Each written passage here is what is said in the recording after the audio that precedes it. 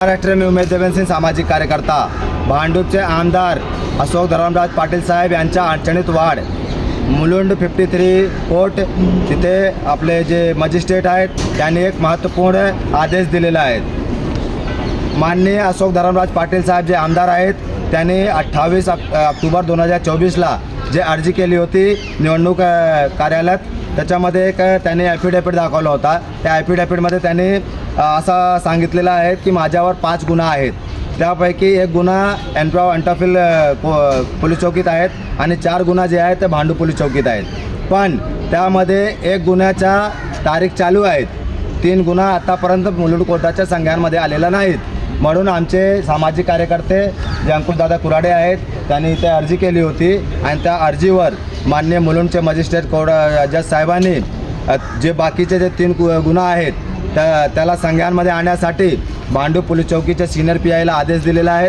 आणि जे सरकारी वकील आहेत त्यांनासुद्धा आदेश दिलेला आहे की तुम्ही 30 जानेवारी 2026ला मुलुंड कोर्टात ते सगळं फाईल साजा करा, ज्यामध्ये ते 3 गुन्हा दाखल आहेत, ते कोणते गुन्हा आहेत, कसले प्रकारचे गुन्हा आहेत आणि त्यामध्ये काय आतापर्यंत झालेलं आहे त्याची सगळं माहिती मुलुंड कोर्टाने मागितलेलं आहे।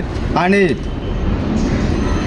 फास्ट ट्रॅक कोर्ट जे आहे ते जो अंटाफिलचा जो गुन्हा आहेत ते जे आहेत किला कोर्टमध्ये चालू आहेत। मग त्या किला कोर्टमध्ये पण आमचे अंकुशदादा कुराडे साहेबांनी अर्जी केलेली आहे, तिथला पण आम्हाला 27 जानेवारीच्या तारीख 2026च्या भेटलेला आहे। तिथून पण फास्ट ट्रॅकमध्ये आणावा असा अंकुशदादा कुराडे साहेबांनी न्यायपालिकेवर विश्वास दाखवलेला आहे आणि त्यांना विनंती केलेला आहे। आम्हाला 100% विश्वास आहे की किला कोर्टचा जो गुन्हा आहे तो पण फास्ट ट्रॅकमध्ये जाईल आणि जे भांडू पोलीस चौकीच्या 4 गुन्हा दाखल आहेत ते पण फास्ट ट्रॅकमध्ये जाईल। आणि फास्ट ट्रॅकमध्ये जर गेला तर MP MLAचा जो कोर्ट असतो फास्ट ट्रॅक त्याला सुप्रीम कोर्टाने आदेश दिलेला आहे की 1 वर्षामध्ये तुम्ही निकाल लावू शकतात। आणि आपल्याला मित्रांनो सगळ्यांना सांगतो मी की जर 1 वर्षामध्ये त्या गुन्ह्यावर निकाल लागला तर त्यामध्ये जो एक गुन्हा आहे तो सर्वात मोठा गुन्हा जो 420 फॉर्जरीचा आहे, जो अंटाफिल पोलीस चौकीचा आहे, त्याचा जर निकाल लागला तर 100% आमदारकी धोक्यात जाणार आणि त्यांची आमदारकी रद्द होऊ शकतो।